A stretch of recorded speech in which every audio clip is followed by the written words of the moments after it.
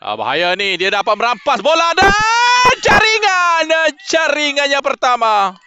Tetapi tidak-tidaknya ada sesuatu untuk diusahakan dia punya gol. Agak kasar tu. Negeri Sembilan cuba untuk menggelecek. Lepas di situ. Satu cutback dilakukan. Dan jaringan kedua.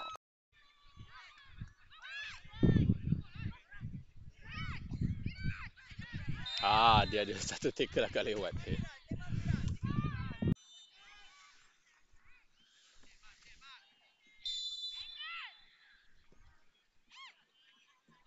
Kali ini mudah untuk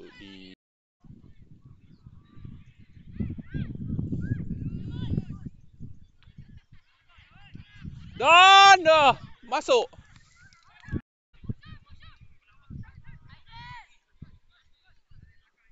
Hantaran untuk pasukan SS Negeri 9.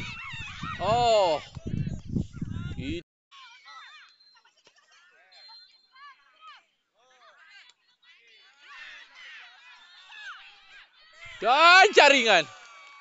Gol tu. 1-2. 4 gol dalam. Ada sentuhan cantik.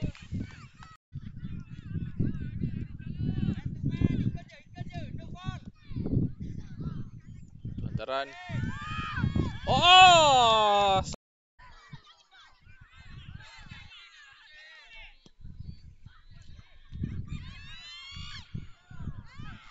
Terkena palang.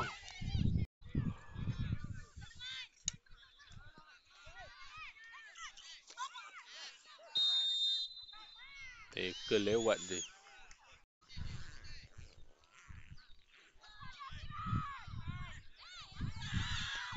Satu percubaan. Tu baik tu sebenarnya. 10 mengambil sepakan percuma. Tu percubaan terus ni.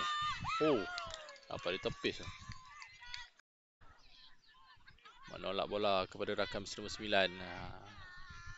Dia hilang bola. Bahaya, satu comeback. Sayang. Pak Benting. Dia dapat ditepis.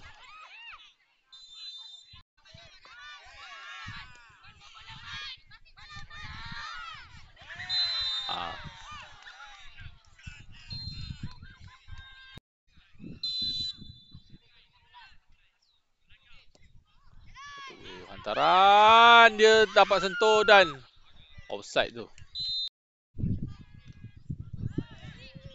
Dirampas. Nombor 10. Lepas. Percubaan. Sedikit sahaja lagi. Menggunakan sepakan percuma ini. Nombor 11 yang ambil sepakan percuma. Dapat ditepis. Setengah. Menghantar bola ke hadapan. Cantik hantaran ini. Beliau berseorangan. Jaringan.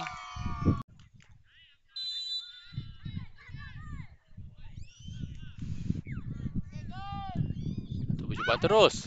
Gol.